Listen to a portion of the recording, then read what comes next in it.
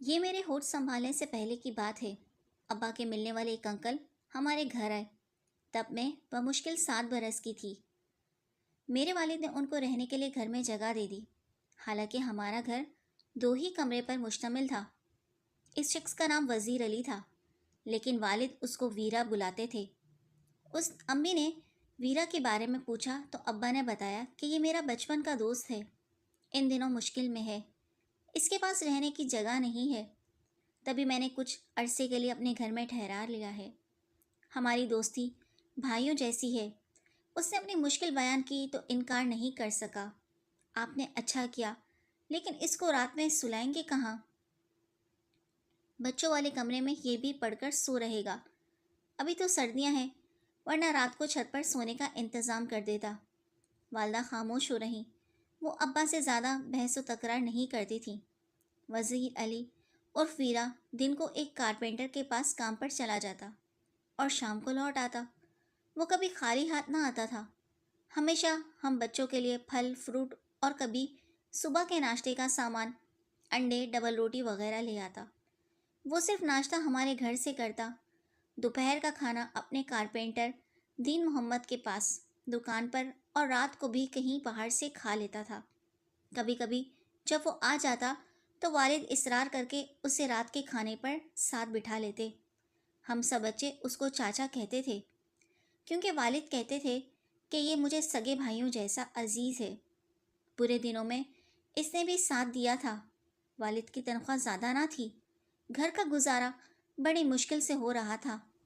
تاہم ویرا چاچا کے آ جانے سے اب کچھ آسودگی آ گئی تھی۔ خرچہ ختم ہو جاتا تو وہ اپنے پیسوں سے راشن لے آتا۔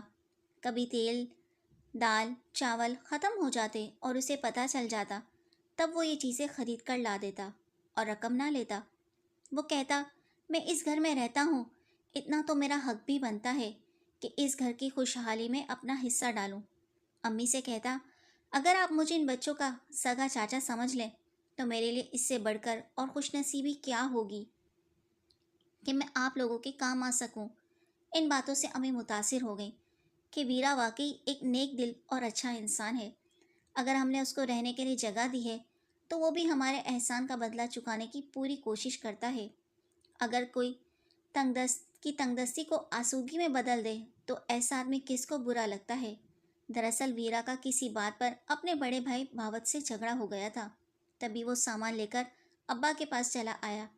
اب بھائی کے گھر جا رہنے پر تیار نہ تھا۔ ویرا اپنی کمائی میں سے آدھی رقم ہمارے گھریلو اخراجات میں ملانے لگا۔ تبھی مل جل کر اچھی گزر بسر ہونے لگی۔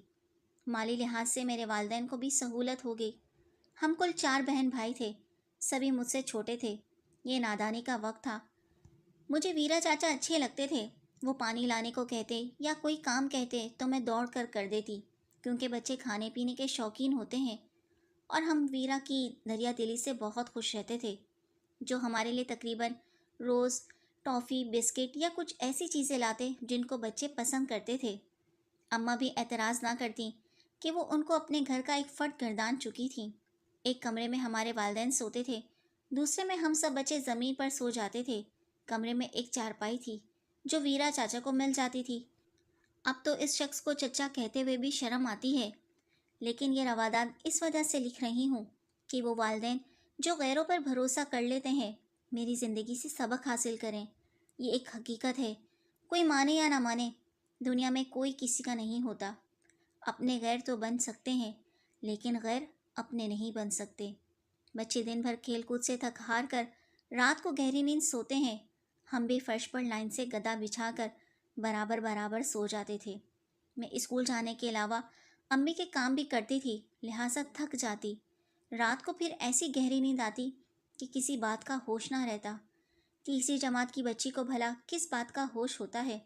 تبھی جب میرے بہن بھائی سو جاتے، رات کو یہ شخص مجھے اٹھا کر اپنے ساتھ چارپائی پر لٹا لیتا۔ مجھے کسی بات کا مطلب سمجھ میں نہ آتا۔ میں تو نیند میں ڈوبی ہوتی یا گہری غنودگی میں ہوتی۔ کبھی سو جاتی، کبھی جاگ جاتی۔ پھر وہ مجھے پیسے، میٹھی گولیاں اور بسکٹ وغیرہ دے دیا کرتا اور کہتا، کسی کو یہ بات نہ بتانا۔ وہ بھی نہ کہتا، تب بھی میں کسی کو کیا بتاتی۔ جبکہ میں خود بھی یہ بات اچھی طرح نہیں جانتی تھی کہ میرے ساتھ کیا ہو رہا ہے۔ وقت گزرتا گیا، یہاں تک کہ میں نے ہوش سنبھالا، تب بھی اس کو وہی حرکتیں کرتا پایا۔ اب فرق یہ تھا کہ ساتھ میں واہیات باتیں بھی شامل ہو گئی تھیں۔ کبھی یہ باتیں میری سمجھ میں نہ آئی کہ جس چارپائی پر ویرا سوتا تھا، اس کے آنے سے قبل یہ چارپائی میری تھی اور میں اس پر سویا کرتی تھی، جبکہ میرے چھوٹے بہن بھائی فرش پر بچھے گدے پر سویا کرتے تھے۔ ایک دو دن تو میں نے زمین پر سونے میں بہت بے چینی محسوس کی تھی، دل میں غصہ بھی کرتی کہ کمبخت کہاں سے آ گیا جو مجھے اپنی چارپائی سے محروم ہونا پڑا۔ ویرا روزانہ بہت صبح بیدار بو جاتا اور اٹھ کر باہر چلا جاتا، تب اپنی چارپائی پر پڑے رہنے میں مجھے بہت سکون ملتا۔ مجھ کو یہ خیال نہ آیا کہ یہ سب میرے حق میں برا ہے اور میں خسارے میں پڑی ہوں۔ ہم بچوں کے کمرے کے ساتھ تھوڑی سی زمین تھی۔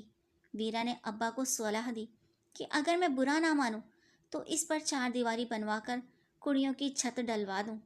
کارپینٹر تو اپنا استاد ہے، چھت کھڑکیاں دروازے سب بہت کم پیسوں میں بن جائیں گے، مزدوری میں خود کر لوں گا۔ ابا اس تجویز پر خوش ہو گئے، یوں بھی گھر میں ایک کمرے کی اشد ضرورت تھی۔ انہوں نے کہا، سر میں کڑوے تیل کی جگہ گھی پڑ جائے کیا برا ہے، بسم اللہ کرتے ہیں۔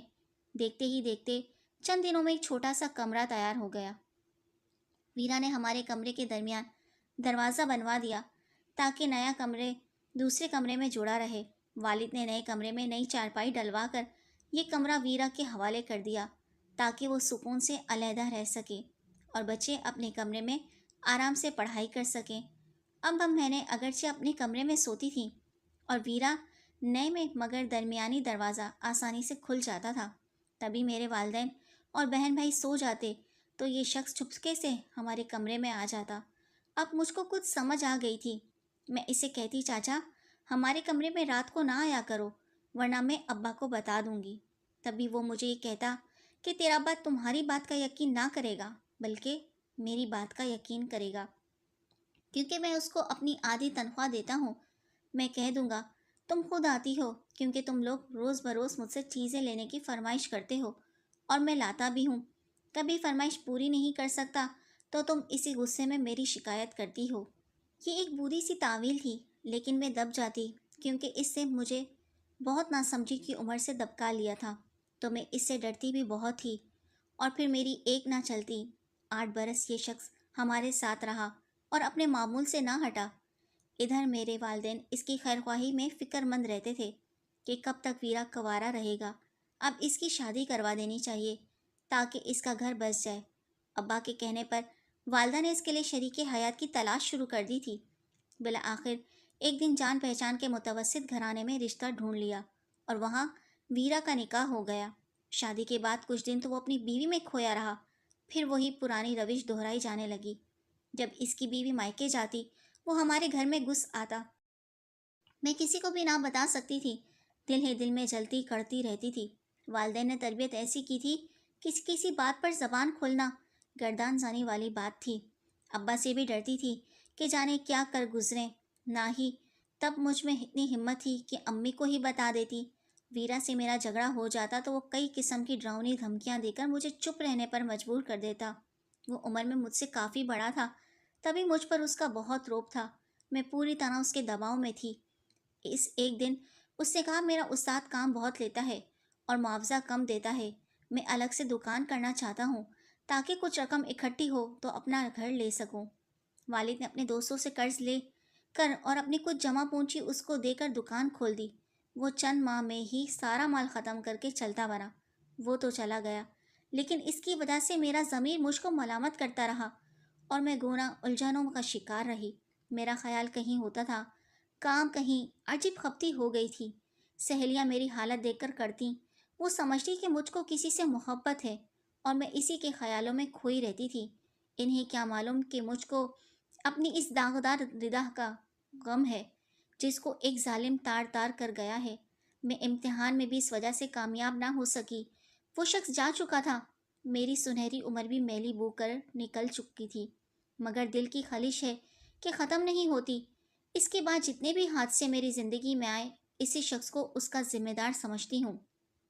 اس کے چلے جانے کے بعد احساس دیا میں اس طرح بری طرح گرفتار ہوئی کہ ہر وقت کھوئی کھوئی رہنے لگی۔ سوچ سوچ کر دماغ معاف ہو گیا تھا کہ اس گندے انسان کو کیسے موت کے گھاٹ اتاروں۔ حالانکہ یہ کام میرے بس کا نہیں تھا۔ دعا کرتی خدا کرے یہ کہیں چلا جائے، اس کا ایکسیڈنٹ ہو جائے یا یہ ڈوب کر مر جائے۔ جب وہ چلا گیا تو کچھ دن تو میں نے سکھ کا سانس لیا، قدرے سکون بھی ملا۔ میں اپنے کزن نعمان کو بہت چاہتی تھی۔ اس کے ساتھ مجھ کو اس بات کا شدید احساس تھا کہ میں اس کے قابل نہیں ہوں۔ عرصے تک بس چھپ کے اس کی پرستش کرتی، اور میری بد نصیبی دیکھیے کہ جب وہ خود میرا بن جانے پر راضی ہوا تو میں نے خود ہی انکار کر دیا۔ یہ انکار کرتے وقت میرے دل پر قیامت گزر گئی، لیکن اس کے سوا چارہ نہ تھا۔ انہوں نے میرا رشتہ میرے والدین سے مانگا تھا۔ ہمارے درمیان محبت کا کوئی چکر نہ تھا، مگر نعمان مجھے پسند کرتا تھا اور اس کی دلہن بنا تو میرا سب سے خوبصورت خواب تھا۔ جب والدین نے ہاں کہہ دی تو ایک روز نعمان نے مجھ سے بات کی، بلکہ میری رضامندی کے بارے میں پوچھا۔ اس سے میری رائے لیتے وقت کہا تھا کہ دیکھو بینا، اگر مجھ کو پسند کرتی ہو تو ہاں کہنا، میں تم کو برقیمت پر حاصل کروں گا، مگر ایک بات تم نے مجھ کو بتانی ہوگی کہ تمہارا ماضی میں کسی سے تعلق تو نہیں رہا ہے، اور میں جھوٹ کبھی برداشت نہیں کروں گا۔ یہ سنتے ہی میرے سارے خواب پل بھر میں ٹوٹ گئے۔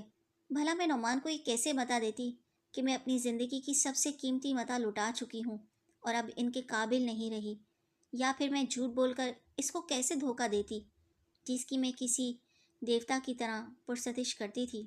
تب دل پر پتھر رکھ کر مجھے یہی کہنا پڑا، میرا خیال چھوڑ دو نعمان، مجھے تم اچھے لگتے ہو مگر شادی کے نقطۂ نظر سے نہیں۔ میں تم سے شادی نہیں کرنا چاہتی کیونکہ مجھے کسی اور سے پیار ہے، اور یہی سچائی ہے۔ میرے انکار سے نعمان مہینوں بیمار پڑا رہا۔ کاش میں اسے بتا سکتی کہ میری چادر میلی سہی، مگر مجھ معصوم پر بچپن میں ظلم ہوا ہے، اور میں نے تمہارے سوا کسی کو نہیں چاہا ہے۔ آج کے زمانے میں لڑکیاں جرأت مند ہیں، بول سکتی ہیں، مگر ہمارے زمانے میں لڑکیاں گونگی رکھی جاتی تھیں اور حق بات کہنے کا بھی حوصلہ نہیں رکھتی تھیں۔ میں نے اپنی جنت خود ہی ٹھکرا دی۔ مانا کہ میں پیدائشی بزدل تھی جس نے کبھی اپنے حق کے لیے آواز نہ اٹھائی۔ میں نے تبھی اپنے دامن میں آئے پھولوں کو خود ہی گرا دیا۔ مجھے اقرار ہے کہ میں نے غلط کیا، مگر میں اور کیا کرتی۔ نعمان کا مزاج سمجھ لیا تھا۔ اپنی مجبوری کی داستان اپنے اوپر ظلم کی آپ بیتی سنا بھی دیتی تو یقین نہ تھا کہ مجھے معافی مل جاتی۔ عارضی معافی تو ہر مرد دے دیتا ہے اور اعلیٰ ظرف بھی بن جاتا ہے، مگر دل میں اس کے جو کانٹا اتر جاتا ہے، اسے نکالنا مرد کے اپنے بس کی بات نہیں ہوتی۔